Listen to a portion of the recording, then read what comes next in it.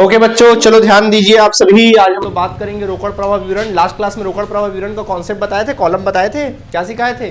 रोकड़ का जो प्रवाह होता है व्यापार में वो 3 तरीकों से होता है। पहला कौन सा तरीका होता है, बोलो बोलो बोलो। पहला व्यापार के संचालन से रोकड़ प्रवाह, दूसरा होता है व्यापार की विनियोजन क्रियाओं से रोकड़ प्रवाह, और तीसरा होता है व्यापार की वित्तीय क्रियाओं से रोकड़ प्रवाह। पढ़ाए थे आप लोगों को। जब भी व्यापार के संचालन की बात आए, दिमाग में क्या आएगा, व्यापार का संचालन, माल खरीदना, माल बेचना, देनदारों से रोकड़ प्राप्त करना, लेनदारों को रोकड़ का भुगतान करना, नगद रोकड़ व्यय करना, ये सब किससे आएंगे, संचालन के कैटेगरी में आएंगे। फिर हमने देखा था विनियोजन क्रियाओं से रोकड़ प्रवाह। विनियोजन क्रियाओं से रोकड़ प्रवाह में क्या क्या आएगा, स्थायी संपत्तियां दिमाग में आएंगी। स्थायी संपत्ति खरीदना, स्थायी संपत्ति बेचना, किसी प्रकार का आपको लाभांश मिलना या किसी प्रकार का ब्याज मिलना या फिर किराया प्राप्त करना, ये सब किस कैटेगरी में आते हैं, विनियोजन क्रियाओं में आते हैं। इसके पश्चात हमने देखा था वित्तीय क्रियाएं। जैसी वित्तीय क्रियाओं की बात आएगी, दिमाग में क्या आएगा, स्थायी दायित्व आएंगे। जैसे अंश पूंजी निर्गमित करना, ऋण पत्र निर्गमित करना, लोन वगैरह लेना, लोन वगैरह का भुगतान करना, बैंक अधिविकर्ष में वृद्धि होना, कमी होना, ये सारी बातें, लाभांश का भुगतान करना, ब्याज का भुगतान करना, ये सब चीजें किस में आएंगी, वित्तीय क्रियाओं में। सबको जोड़ोगे, आंसर आएगा। अगर प्लस में आया तो रोकड़ में वृद्धि, शुद्ध रोकड़ में वृद्धि, और अगर कम आया तो फिर क्या बोलेंगे, शुद्ध रोकड़ में कमी, शुद्ध कमी। ठीक है, रोकड़ में शुद्ध कमी।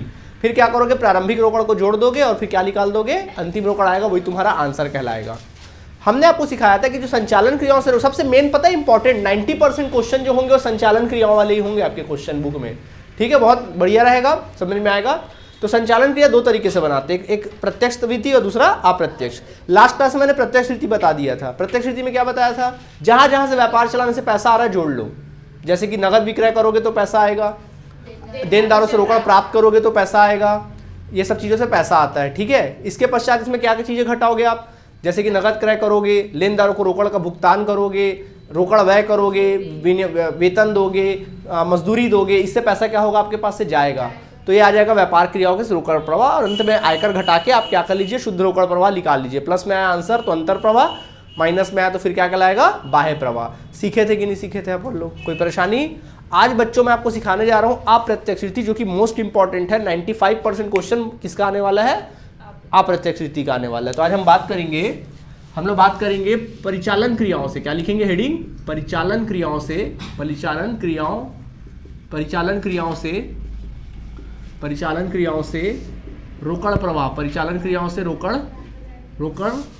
प्रवाह की गणना, परिचालन क्रियाओं से रोकड़ प्रवाह की गणना, परिचालन क्रियाओं से रोकड़ प्रवाह की क्या लिखेंगे, गणना लिखेंगे। ठीक है, तो कॉलम बनाए। तो देखो इसका वो भी कौन सी रीति से बनाना है अपन लोगों को, अप्रत्यक्ष रीति। कौन सी रीति से बनाओगे, अप्रत्यक्ष रीति से बनाओगे। ठीक है, चलो समझो, इधर देखो क्या करते हैं, तो कॉलम बना लेते हैं। ठीक है, तो इस तरह से कॉलम क्रिएट कर लेना आप लोग। ठीक, एक कॉलम रहता है सिंगल कॉलम।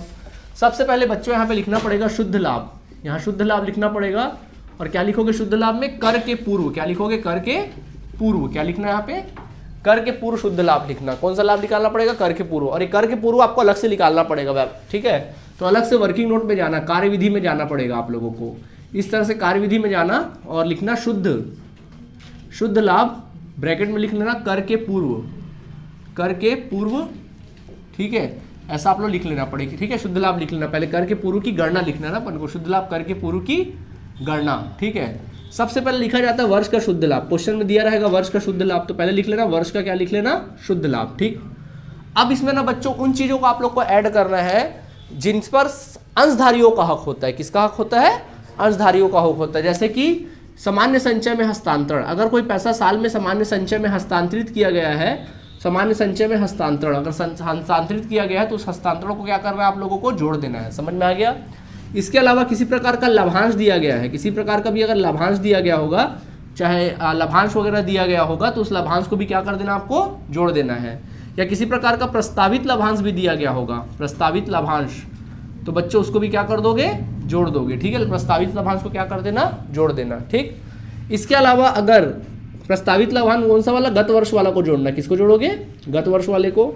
इसके अलावा अगर क्वेश्चन में आप लोग को लिखा है कर के लिए आयोजन, कर हेतु आयोजन या फिर संचय दिया है, तो उसको भी क्या कर देना, जोड़ देना। परंतु कौन सा वाला जोड़ोगे, संचय को जोड़ेंगे, कौन सा वाला, चालू वर्ष वाला। कौन सा जोड़ोगे, चालू वर्ष वाला। समझ में आ गया, इसको जोड़ देना। ठीक, इनको जोड़ देना। और अगर कहीं कर की वापसी है, क्वेश्चन में अगर कर की वापसी दी हुई है तो उसको आप लोग क्या कर देना, घटा देना। तो ये 3 चीज़ों घटाने के बाद जो आंसर आएगा वो तुम्हारा आंसर कहलाएगा शुद्ध लाभ करके पूर्व।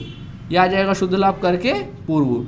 तो बोलो क्या क्या घटाओगे, पहला बोलो शुद्ध लाभ, वर्ष का शुद्ध लाभ निकालोगे, उसमें क्या जोड़ोगे, उन चीज़ों को जोड़ोगे जिसमें अंशधारियों का हक होता है। पहला, सबसे पहला सामान्य संचय में हस्तांतरण, दूसरा लाभांश वगैरह दिए या किसी प्रकार का प्रस्तावित लाभांश। यहाँ पे लाभांश का मेरा कोई भी लाभांश हो, नॉर्मल लाभांश हो या फिर अगर कोई अंतरिम लाभांश भी है तो हड़बड़ाना नहीं, अंतरिम लाभांश का मतलब लाभांश ही होता है, ठीक है, नाम का भर फर्क है उसको क्या कर देना, जोड़ देना। इसके अलावा अगर क्वेश्चन में प्रस्तावित लाभांश दिया तो उसको भी जोड़ दीजिएगा, बट ध्यान रखिएगा उसमें गत वर्ष वाले को जोड़ना, चालू वर्ष वाले को जोड़ना नहीं है। सर कैसे समझ में आएगा गत वर्ष चालू वर्ष, वो जब क्वेश्चन बनाएंगे तब हम आपको डिस्कस करेंगे, उस टाइम बताएंगे। कर हेतु आयोजन, अगर क्वेश्चन में कर हेतु आयोजन दिया तो बच्चों उसको भी जोड़ देना, परंतु कौन सा जोड़ोगे, चालू वर्ष वाला जोड़ोगे। अगर कर की वापसी हुई है गवर्नमेंट के द्वारा तो उसको क्या कर दोगे, घटा दोगे। जो आएगा वो कहलाएगा शुद्ध लाभ करके पूर्व। तो ये आ गया शुद्ध लाभ, क्या लिखेंगे, करके पूर्व का शुद्ध लाभ आ गया। समझ आया कि नहीं आया? अब आप लोग क्या करोगे, इसमें जोड़ोगे, इसमें जोड़ देना। अब इसमें आपको जोड़ना पड़ेगा गैर रोकड़ व्यय। क्या जोड़ोगे, गैर रोकड़ व्यय को जोड़ दोगे। कौन से व्यय को जोड़ोगे, गैर रोकड़ व्यय। इस शुद्ध लाभ में जोड़ना पड़ेगा गैर रोकड़ व्यय। ऐसे व्यय जो रोकड़ के रूप में नहीं होते उसको आपको जोड़ देना है, ठीक है। जोड़ने के बाद एक आंसर आ जाएगा, फिर उसमें घटाना पड़ेगा गैर रोकड़ आय। ऐसे आय जो रोकड़ के रूप में नहीं होते, आय तो होते परंतु रोकड़ के रूप में नहीं आते वो आय, तो उसको क्या कर देना, आप लोग को घटा देना है। घटाने को मैं ब्रैकेट के साइन से डिनोट करूंगा, ठीक। जैसे ही आप ये काम करोगे तो ये आ जाएगा तुम्हारा परिचालन लाभ आ जाएगा। क्या आ जाएगा, परिचालन लाभ आ जाएगा। परिचालन लाभ ब्रैकेट में लिखना कार्यशील पूंजी में परिवर्तन के पूर्व। कार्यशील पूंजी में परिवर्तन के पूर्व मतलब कार्यशील पूंजी में परिवर्तन के पूर्व का क्या निकल आएगा, परिचालन लाभ निकल आएगा, ठीक है। उस परिचालन लाभ को आपको क्या कर देना, लिख देना है। इसके बाद अगला स्टेप होता है, अब व्यापार में किसी प्रकार का, अब आपको क्या देखिए, व्यापार में किसी प्रकार का चालू संपत्ति में अगर कमी हुई है तो क्या कर दोगे, उसको जोड़ देना। क्या कर देना, जोड़ देना। या अगर चालू संपत्ति में अगर वृद्धि हुई होगी, चालू संपत्ति में अगर वृद्धि हुई होगी तो क्या कर देना, घटा देना उसको, ठीक है। इसी तरीके से अगर चालू दायित्व में वृद्धि हुई होगी, चालू दायित्व में क्या हुई होगी, वृद्धि हुई होगी, तो जोड़ देना उस चीज को। और चालू दायित्व में अगर कमी हुई होगी तो क्या कर दोगे तुम लोग, उसको घटा दोगे। क्या करोगे, घटा दोगे। समझ में आ गया? जैसे ही घटाओगे तो ये तुम्हारा आ जाएगा, ये तुम लोग का क्या हो जाएगा, ये कहलाएगा परिचालन क्रियाओं से रोकड़ प्रयोजित रोकड़। क्या लिखेंगे, प्रयोजित रोकड़ आ जाएगा, प्रयोजित रोकड़ आ जाएगा। आया बात समझ में कि नहीं आया? प्रयोजित रोकड़ आ जाएगा। क्लियर आप सभी को? इसके पश्चात इसमें आपको घटाना पड़ेगा आयकर। क्या करोगे, आयकर घटा देना, आयकर का भुगतान घटा देना। अब ये सर आयकर का भुगतान, तो क्वेश्चन में आयकर का कर हेतु संचय नहीं दिया रहेगा क्वेश्चन में, तो जो कर हेतु संचय दिया रहेगा वही आयकर भुगतान कहलाएगा। गत वर्ष वाले को घटा देना, ठीक है। देखो कर हेतु संचय जो चालू वर्ष का होता है उसको यहाँ पे जोड़ते हैं वर्किंग नोट में, और गत वर्ष वाले को क्या करते हैं, आयकर का भुगतान मान के घटा देते हैं। अगर क्वेश्चन में कर के सिर्फ एक ही कर का आयोजन दिया है, मान लो एक उसमें गत वर्ष चालू वर्ष नहीं लिखा है, सिर्फ क्या लिख दिया, कर का आयोजन दे दिया, एक ही अमाउंट दिया है। अगर वो अमाउंट कैसा दिया है, एक ही अमाउंट दिया है, तो क्या करोगे, वर्किंग नोट में जोड़ देना यहीं पे, और उसी अमाउंट को यहाँ क्या कर देना, घटा देना। समझ में आ गया कि नहीं आ गया? इसको घटा दोगे तो जो आंसर आएगा बच्चों, वो तुम्हारा आंसर कहलाएगा क्या, यह आ जाएगा शुद्ध, क्या लिखेंगे, शुद्ध परिचालन क्रियाओं से,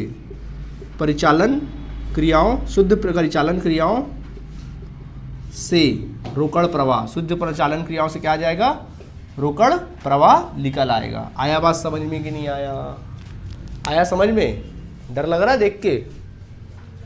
सर फॉर्मेट याद करना पड़ेगा। बिल्कुल भाई, फॉर्मेट तो याद करना पड़ेगा, ठीक है। इसके बगैर काम नहीं चलेगा। एग्जाम में 5 नंबर तो खाली फॉर्मेट बनाने का मिलेगा आप लोग को, ठीक। तो फॉर्मेट को हम लोग क्या करना पड़ेगा, समझना पड़ेगा। तो देखिए, शुद्ध लाभ निकालोगे कर के पूर्व, कैसे निकालोगे, मैं रिवाइज करो, जल्दी बोलो बोलो बोलो बोलो बोलो। वर्ष का शुद्ध लाभ, जो सामान्य संचय जोड़ देना, लाभांश अंतरिम लाभांश जोड़ देना, प्रस्तावित लाभांश से जोड़ देना, कर हेतु संचय आयोजन को क्या कर देना, जोड़ देना। जैसी जोड़ कर वापसी घटा देना, शुद्ध लाभ आ जाएगा। फिर क्या करोगे, जो शुद्ध लाभ आया उसमें गैर रोकड़ व्यय जोड़ देना, गैर रोकड़ आय घटा देना, क्या आ गया, परिचालन लाभ आ जाएगा कार्यशील पूंजी के पूर्व। अब आप क्या करोगे, चालू संपत्ति में कमी को जोड़ोगे, चालू संपत्ति में वृद्धि को घटाओगे, चालू दायित्व में वृद्धि को जोड़ोगे, चालू दायित्व में कमी को क्या करोगे, घटाओगे। आप बोलोगे सर ये तो भूल सकते हैं अपन लोग, चलो ये तो हमको याद रहेगा, गैर रोकड़ व्यय को जोड़ दिए, गैर रोकड़ आय को घटा दिए, तो समझ में आ गया।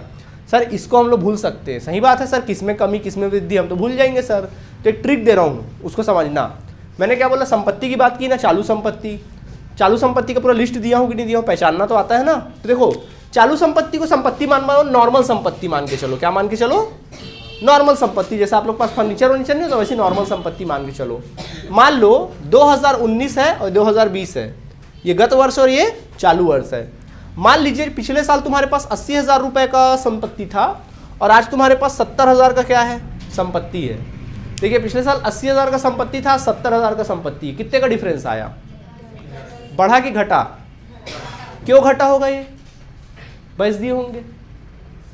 भाई संपत्ति घटती कब है, जब आप बेचते हो, और जब बेचते हो तो रोकड़ा आता है कि जाता है, आता है, यानी कि प्लस। तो संपत्ति में अगर कमी हुई है तो बेटा क्या, प्लस, क्योंकि कमी हुई तो बेचे होंगे तो कमी हुई, इस वजह से क्या, प्लस। नहीं आया समझ में, ये ट्रिक है याद करने का, नॉर्मल संपत्ति की तरह सोचना, समझ में आ गया।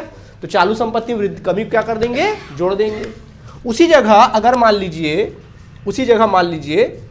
ऐसा कुछ दिया है, पिछले साल 80,000 का संपत्ति था, आज आपके पास 1 लाख का संपत्ति है, बढ़ा कि घटा, बढ़ा, कितना बढ़ा, 20,000 बढ़ा।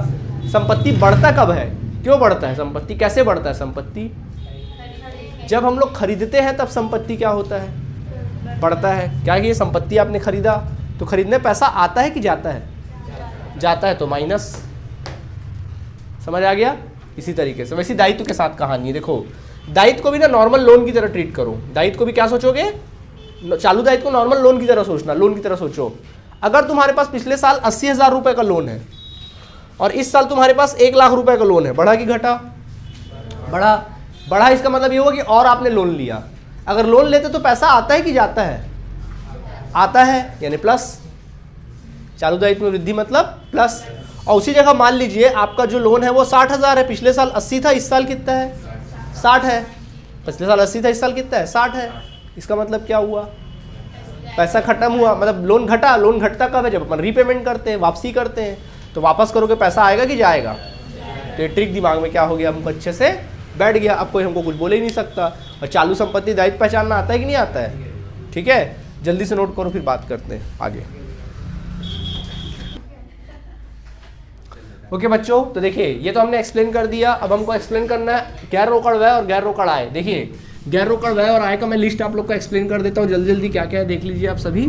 देखो गैर रोकड़ व्यय यही सब रहेगा, याद रखना हमेशा। तो गैर रोकड़ व्यय में क्या क्या आता है, तो गैर रोकड़ व्यय में आ जाता है तुम्हारा हरास। क्या आता है, सबसे पहला आता है हरास, संपत्तियों पर हरास लगाते हो ना, तो संपत्तियों पे कमी आएगी, यानी उसको बोलते हैं हरास, गैर रोकड़ व्यय है।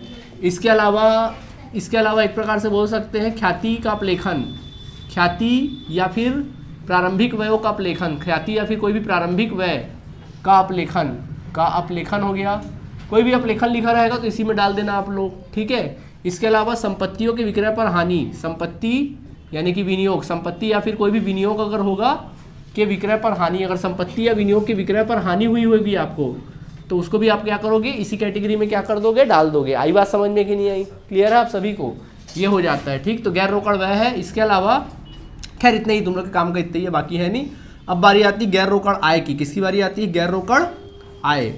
जैसे मान लीजिए आपको आय के रूप में अगर लाभांश प्राप्त हुआ है, अगर किसी प्रकार का लाभांश प्राप्त होता है, या किसी प्रकार का आपको ब्याज प्राप्त होता है, या किसी प्रकार का आप लोगों को लाभांश प्राप्त, ब्याज प्राप्त, या किसी प्रकार का किराया प्राप्त होता है, ठीक है, या फिर संपत्तियां, कोई भी संपत्ति, स्थायी संपत्ति या फिर विनियोग के विक्रय पर लाभ, अगर इससे अगर के विक्रय पर क्या होगा, लाभ होगा, तो उसी का एंट्री होगा। समझ आया कि नहीं आया, ठीक है, नोट करिए इसको, फिर क्वेश्चन करते हैं। चलिए बच्चों, अब आपके सामने क्वेश्चन अवेलेबल है। देखो आपकी बुक में अगर क्वेश्चन देखोगे तो बहुत सारे क्वेश्चन है, तो आप लोग को क्या है ना, देखो कम क्वेश्चन कराऊंगा मैं, और जितना मैं क्वेश्चन कराऊंगा आपको मुश्किल ज़्यादा मैं 8-10 क्वेश्चन से ज़्यादा नहीं कराने वाला।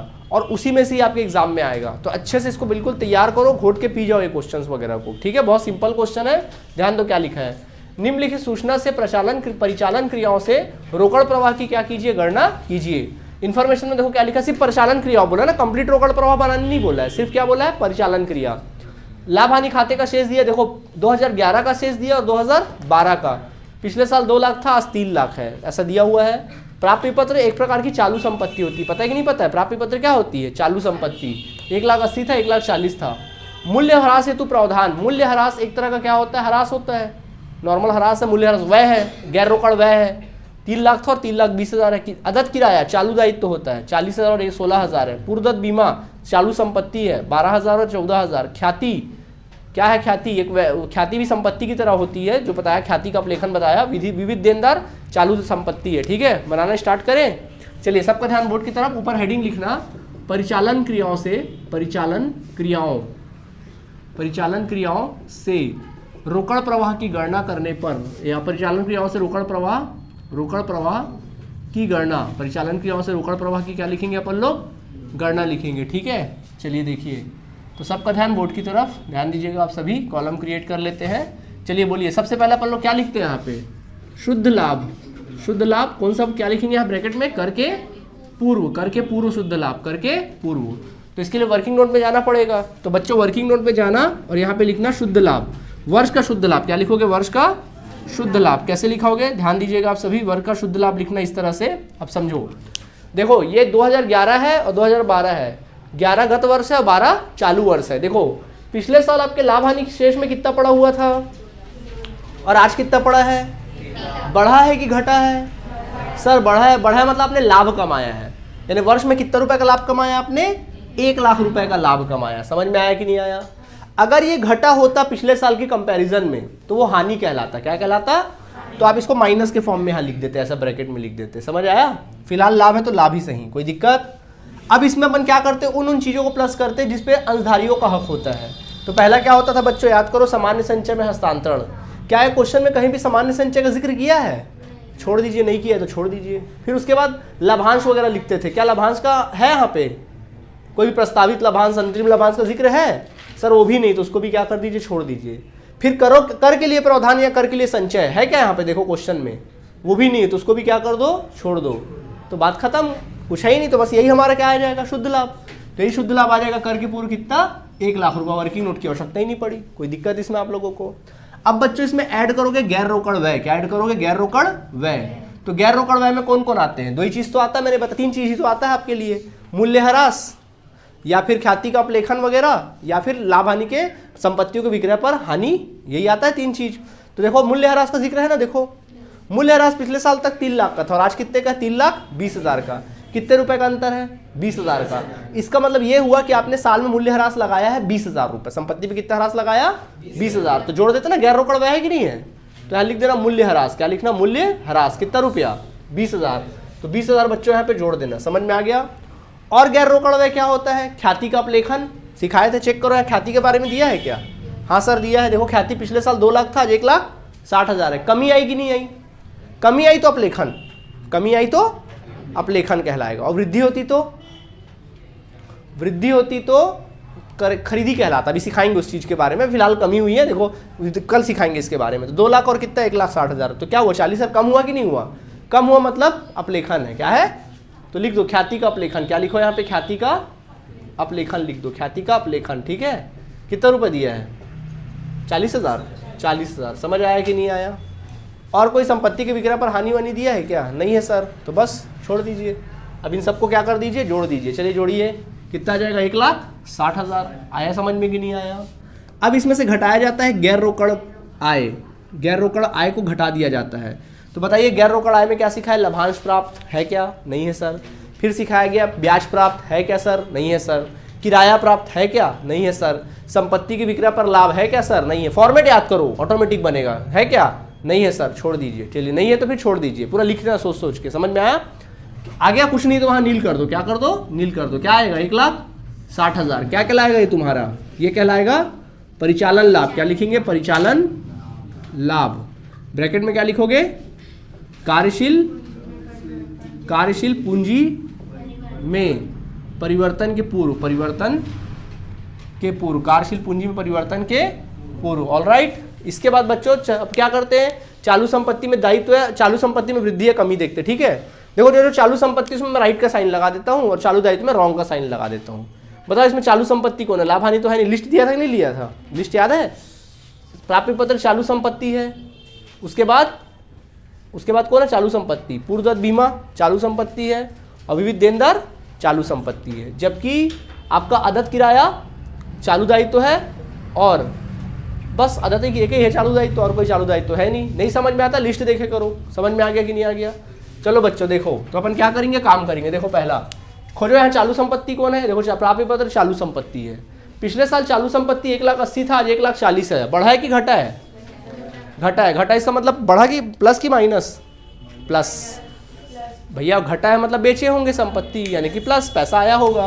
क्या लिख देना, प्लस लिखना। क्या लिखोगे यहाँ पे, या प्लस मत लिखो, सीधा लिखो प्राप्य विपत्र में, प्राप्य विपत्र ब्रैकेट में लिखो चालू संपत्ति, ब्रैकेट में लिखो चालू संपत्ति। प्राप्य पत्र में कमी, क्या लिखोगे, प्राप्य पत्र में कमी। तो बोलो स्टूडेंट्स कितना है प्राप्य पत्र में कमी, 40,000। तो 40,000 प्लस के फॉर्म में लिख देना, समझ गए।